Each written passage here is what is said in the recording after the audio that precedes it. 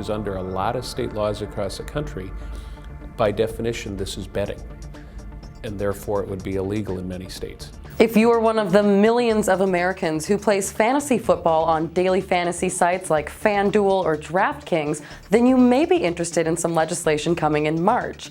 State Representative Joe Atkins of Inver Grove Heights is set to introduce legislation that will prevent online fantasy sports from being banned, saying it is different than illegal online gambling because it takes a level of skill to play.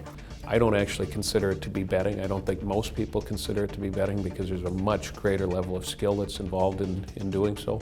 But if we don't pass these laws, many states will end up, their law enforcement communities would be forced to shut them down. The legislation will not go unopposed. The Minnesota advocacy group Citizens Against Gambling Expansion, or CAGE, is considering introducing its own legislation, making online fantasy sports betting illegal. So we're just going to create a larger government agency, spend a bunch of money to go regulate something that we shouldn't have. It doesn't sound like a serious proposal. CAGE says while it may take a level of skill, it still qualifies as online gambling, in part because of the chance that is involved.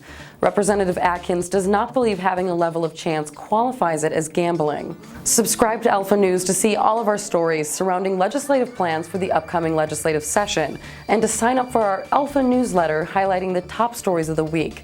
Thank you for joining us. I'm Julia Aaron with Alpha News.